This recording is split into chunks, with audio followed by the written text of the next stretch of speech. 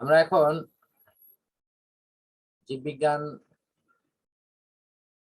যে রেচন অংশ নিয়ে আলোচনা করছি ধারাবাহিকতায় এখন আমরা দেখব হলো অসম রেগুলেশনে যে পানির বৃক্কের ভূমিকা, অর্থাৎ কোনো কারণে শারীরবৃত্তীয় প্রয়োজনে দেহের পানির প্রয়োজন কিন্তু পানি গ্রহণ করা যাচ্ছে না, আবার মূত্র ত্যাগ করে দেহে একটা ভিন্ন অবস্থা তৈরি হবে, সেটিও হচ্ছে না, দেহে মূত্র জমা হয়ে আছে। তখন দেখা যায় যে এটি নেফ্রনের মাধ্যমে দেহের পানির সমতাকে ঠিক রাখার জন্য আবার পুনরায় সেই অংশ থেকে পানি শোষিত হয়। এভাবে রেচন, বর্জ্য পানি, অন্যান্য তরল পদার্থগুলো তোমার এই গ্লুমারিউলাসে এসে আবার সেটি কিন্তু পরিস্রুত হয়। বৃক্ক কার্যকর হয়ে গেলে দেহে পানি জমতে থাকে।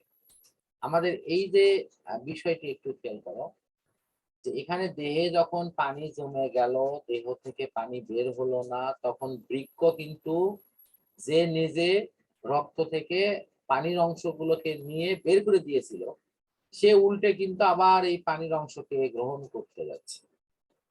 তাহলে কাজটা তার জন্য কিন্তু উল্টা হবে। আমরা যদি একটা ছাঁকুনি যন্ত্রে যে একদিক থেকে পানি এসে ঢুকতেছে, অন্য দিক দিয়ে বের হচ্ছে, তার মানে ছাঁকুনিতে যদি কোনো ময়লাও জমে তাহলে এটি কিন্তু ভেতরে থেকে যাচ্ছে।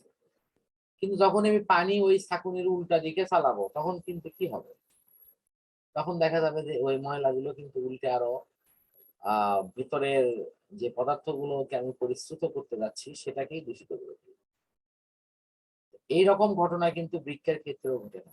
অর্থাৎ কেউ দীর্ঘক্ষণ প্রস্রাব করছে না, ফলে তার দেহে যে পানির যে স্বাভাবিক ধারা এটি কিন্তু ব্যাহত হয় এবং তার বৃক্কের কিন্তু নানাবিধ ক্ষতি হতে পারে। বিশেষ করে পানি শুষ্কতায় যদি পড়ে তাহলে তার বৃক্কের যে আয়ুষ্কাল এটি অনেক কমে আসে।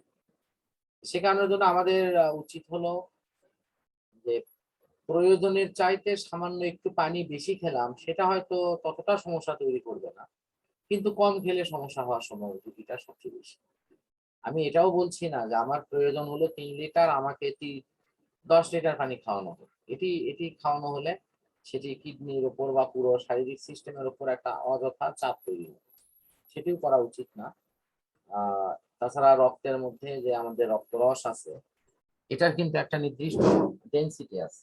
যখনই পানি বেশি খাওয়া হবে তখন দেখা যাবে রক্তের মধ্যে পানির পরিমাণটা বেশি হওয়াতে রক্ত অংশগুলো থেকে পানি প্রতিনিয়ত নানা পুষ্টি উপকরণগুলো শোষণ করে নিয়ে রক্তর যে কণিকাগুলো আছে সেগুলোকে কিন্তু ওপরে কিন্তু একটা বিরূপ প্রতিক্রিয়া তৈরি করতে পারে।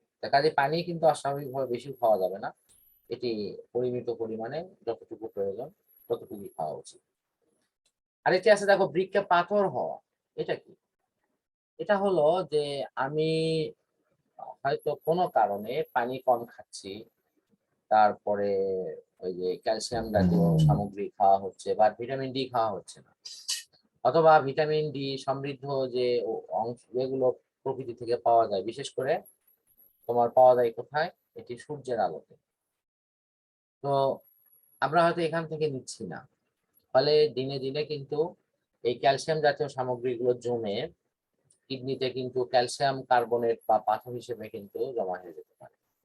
বিশেষ করে মেয়েদের থেকে পুরুষের পাথর হওয়ার সম্ভাবনা আশঙ্কাটা বেশি। অতিরিক্ত শারীরিক ওজন, কিডনি সংক্রমণ, কম পানি পান করা ইত্যাদি পাথর হওয়ার অন্যতম প্রধান কারণ, যেটা এখানে বইতেও আছে। আমাদের অনেক সময় দেখা যায় প্রস্রাবে জ্বালাপোড়া হচ্ছে, বিশেষ করে পিঠের কোমরের ব্যথার কথা বলে হয়তো দেখা যাচ্ছে ব্যথাটা আসলে কোমরে নয়, এটি ঠিক পিঠের ওপরের দিকে ব্যথা।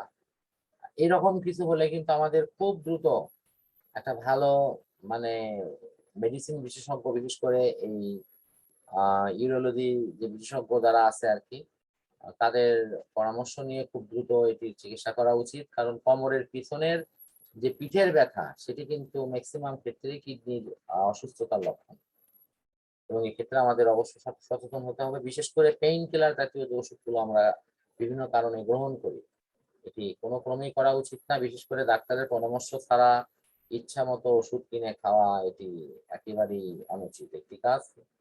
এটা আমাদের অবশ্যই ত্যাগ করতে হবে। যে কোনো প্রয়োজনে আমাদের ওষুধ হয়তো খাওয়া লাগতেই পারে, তবে হয়তো অবশ্যই নির্ভরযোগ্য কোনো ডাক্তারের পরামর্শক্রমে করতে হবে, নিজস্ব চিন্তাধারায় নয়।